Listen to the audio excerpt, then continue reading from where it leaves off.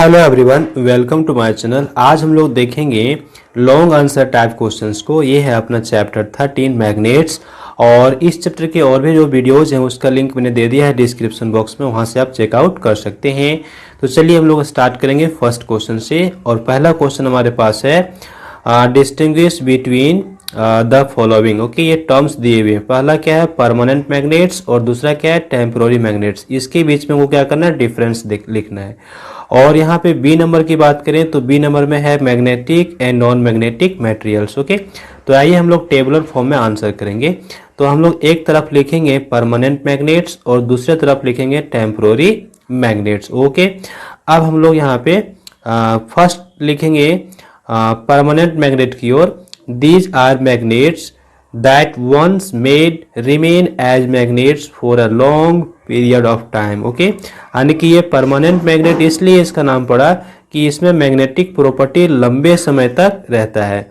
Okay, वहीं दूसरी ओर temporary magnet की बात करेंगे तो these are magnets that once made remain as a magnet only for a short interval of time, यानी कि इसमें छोटे समय के लिए यानी कम समय के लिए इसमें मैग्नेटिक प्रॉपर्टी रहता है, उसको हम कहते हैं टेम्पोररी मैग्नेट्स। अब देखिए कौन से मटेरियल यूज होते हैं परमानेंट मैग्नेट्स में।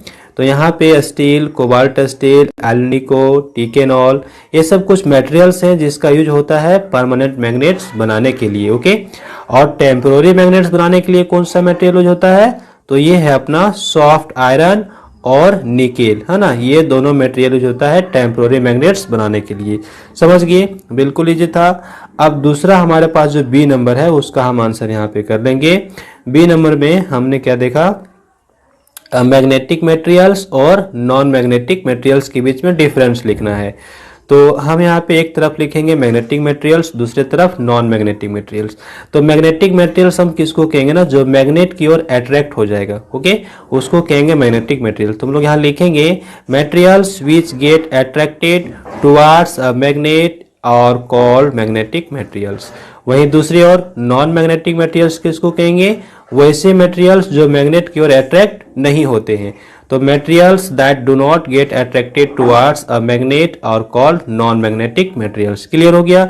अब एग्जांपल्स की बात करेंगे तो एग्जांपल में अपना आएगा आयरन, स्टील, कोबाल्ट, ये सब ऐसे मटेरियल हैं जो मैग्नेट की ओर अट्रैक्ट होते हैं, इसलिए इसको बोला गया है मैग्नेटिक मटेरियल।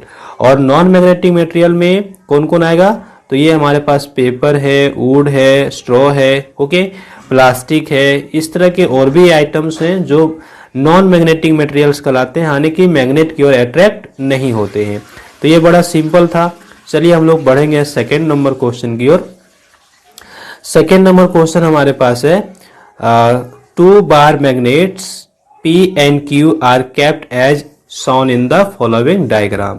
ये है अपना पहला बार मैग्नेट जिसका नाम है P, और ये है दूसरा बार मैग्नेट जिसका नाम है Q, और इसके एंड पॉइंट्स यहाँ दिए हुए हैं हम लोगों को। ओके, आप देखिए एंड पॉइंट्स, P का एंड पॉइंट क्या है A, और B का एंड पॉइंट P का दूसरा एंड पॉइंट क्या है B। वहीं Q का एक एंड पॉइंट है C और दूसरा एंड पॉइंट है D, है ना। तो एंड पॉइंट्स दिए हुए हम लोगों से यहाँ पे क्वेश्चन क्या कहा गया सो देखिएगा। कहता है पॉइंट C क्या है हमारे पास, पॉइंट C जो है ना रिप्रेजेंट करता है साउथ पोल। कौन सा पोल रिप्रेजेंट करता है, साउथ पोल। ध्यान दीजिएगा, बहुत इंपॉर्टेंट है। ये जो पॉइंट C है ये क्या रिप्रेजेंट कर रहा है, साउथ पोल। ओके, तो पॉइंट C क्या है आपका, साउथ पोल है। क्लियर। तो अभी कह रहा है कि which point represent north pole of magnet P। तो मैग्नेट P का कौन सा एंड होगा जो हमको नॉर्थ पोल दिखाएगा, ये बात बोला गया। ओके, तो Q का ये C क्या है आपका, C है आपका साउथ पोल, और यहाँ पे क्या हो रहा है, रिपल्सन हो रहा है। देख लीजिए, तो जब C साउथ पोल है तो निश्चित रूप से हमारा B भी साउथ पोल होगा, तभी तो रिपल्सन हो रहा है ना।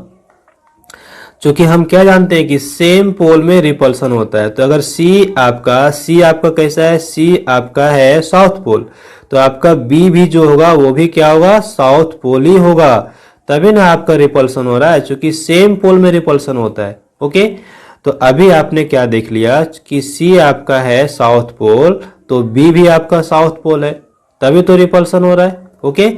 अब यहाँ पे रिपल्सन का साइन आपको दिख रहा है, देख लीजिए, है ना, रिपल्सन हो रहा है। तो हम लोगों से पूछा गया है कि ये अपना जो पी मैग्नेट है, पी मैग्नेट, उसका कौन सा पोल नॉर्थ होगा।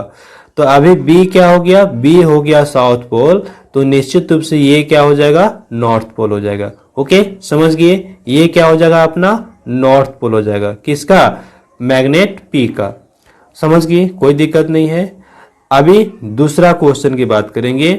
What will happen when the end D, D को हम लाएंगे किसके करीब, हम लाएंगे बी के करीब। देख लीजिए, ये जो डी है ये मैग्नेट क्यू का पॉइंट डी है। ओके, हम इसको ला रहे हैं किसके करीब, मैग्नेट पी का एंड बी के करीब ला रहे हैं। तो अभी देख लीजिए क्या हो जाएगा, जस्ट आप इसको पलट रहे हैं। अभी सी के साथ क्या हो रहा है, रिपल्सन आ रहा है, तो डी के साथ क्या होगा, अट्रैक्शन होगा। ओके, डी के साथ क्या होगा, अट्रैक्शन। तो हम लोग क्या लिखेंगे, हम लोग फर्स्ट में यहाँ करेंगे पॉइंट ए। ये पॉइंट ए जो है वो क्या होगा, मेरा नॉर्थ पोल होगा, एक नंबर का आंसर। ओके, और यही बी नंबर का आंसर क्या होगा ना, तो मैग्नेट का कौन सा पार्ट मेरा होगा, बी मेरा कौन सा पार्ट होगा ये पूछा गया, तो अट्रैक्शन होगा। यहाँ पे जब बी के करीब हम डी को लाएंगे तो क्या होगा, अट्रैक्शन होगा। समझ गए क्यों, क्योंकि बी यहाँ पे हो रहा है मेरा साउथ पोल और डी मेरा हो रहा है नॉर्थ पोल। तो साउथ पोल और नॉर्थ पोल के बीच क्या होगा, मेरा होगा अट्रैक्शन होगा। ओके, समझ गए। चलिए अब क्वेश्चन नंबर हम लोग बढ़ेंगे यहाँ पे नेक्स्ट, जो कि है थर्ड नंबर। कहता है describe in brief the construction of a compass needle, state it's main use. तो कंपास निडल को हम कैसे बनाएंगे ये हम लोग को बताना है। तो हम लोग लिखेंगे the compass consist of a magnetic needle pivoted at its center and free to rotate a horizontal plane। ये जो कंपास निडल है वो एक सेंटर में फिक्स होता है और वो पाइवेटेड होता है। पाइवेटेड कहने का मतलब हो रहा है कि फ्री हो रहा है, रोटेट करने के लिए बिल्कुल फ्री होता है, फ्री टू रोटेट, है ना। पाइवेटेड मतलब ये लेफ्ट राइट अप डाउन हो सकता है। ओके, जैसे अपना हेड है, हेड अपना लेफ्ट राइट हो सकता है, उसी तरह से वो पाइवेटेड है। The needle is fitted in a horizontal box having a glass cover, और वो जो निडल होगा वो ग्लास कवर के अंदर पैक होगा। The compass also has a dial with directions mark on it, और जो कंपास होगा उसमें डायरेक्शन मेंशन किया होगा, हो ना, डायरेक्शन की कौन सा डायरेक्शन में वो इंडिकेट कर रहा है, नॉर्थ साउथ ईस्ट वेस्ट सब उसमें लिखा हुआ रहेगा। ओके, ये कुछ कंस्ट्रक्शन है, हम लोग देख चुके हैं चैप्टर जब हम लोग पढ़े हैं तब। ओके, नेक्स्ट यहाँ पे इसका यूजेज लिखना है। इट तो है ना,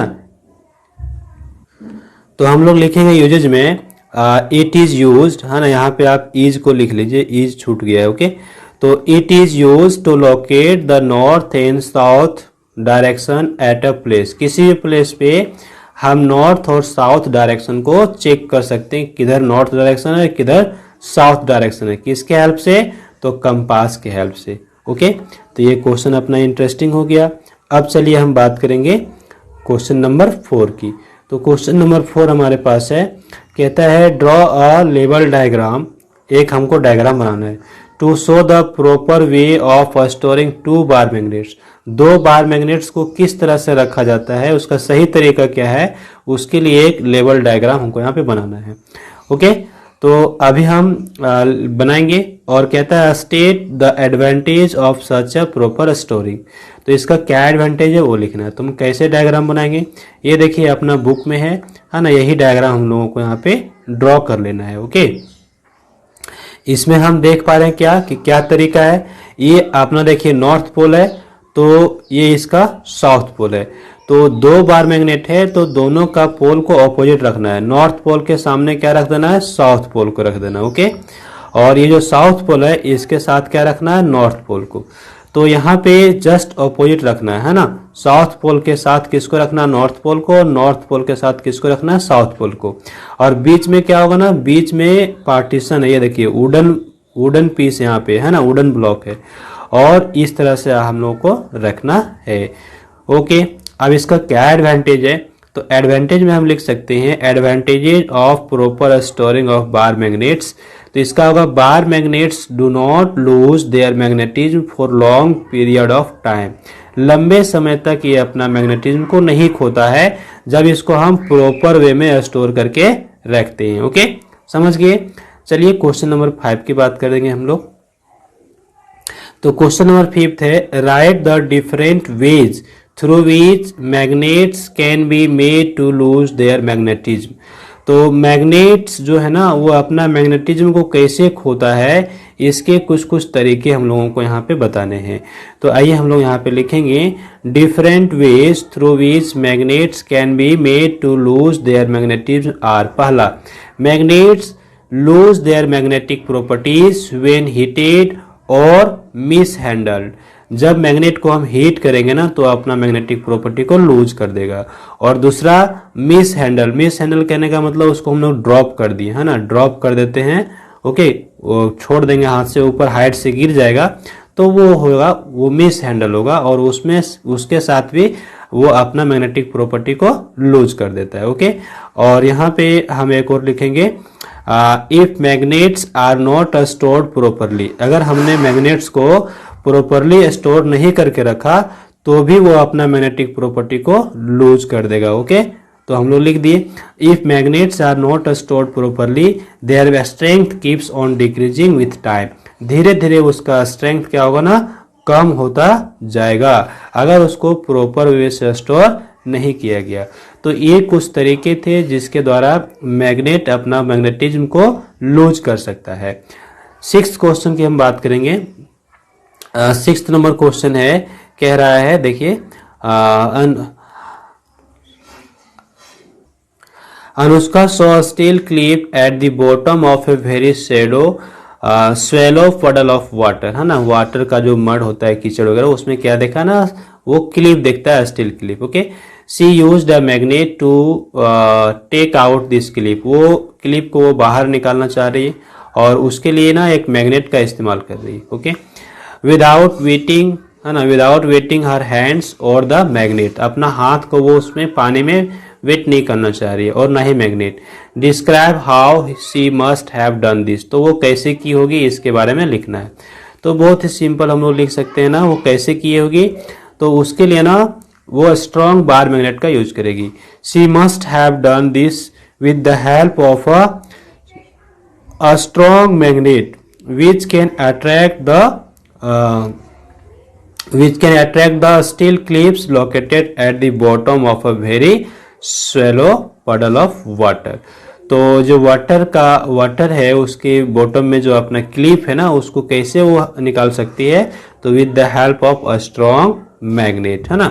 स्ट्रॉन्ग मैग्नेट क्या करेगा, उस क्लिप को अट्रैक्ट कर लेगा और यहाँ पर हाथ भी नहीं, हाँ ना, हैंड्स भी नहीं वेट होंगे और अपना जो आपका मैग्नेट है वो भी वेट नहीं होगा क्योंकि उसको दूर से ही वो अट्रैक्ट कर लेगा। तो इस तरीके से वो उसको निकाल सकता है। ओके, तो यहाँ पर ना अपना कंप्लीट हो जाता है long type answer question. Okay, तो आगे नेक्स्ट वीडियो लेसन में ना हम लोग चैप्टर 14 को पढ़ेंगे। Okay, so I hope this video lesson is helpful for you. So please like this video and share with others and do some comments. Also do subscribe my YouTube channel and hit the bell icon for upcoming videos. Thanks for watching. Have a glorious day ahead.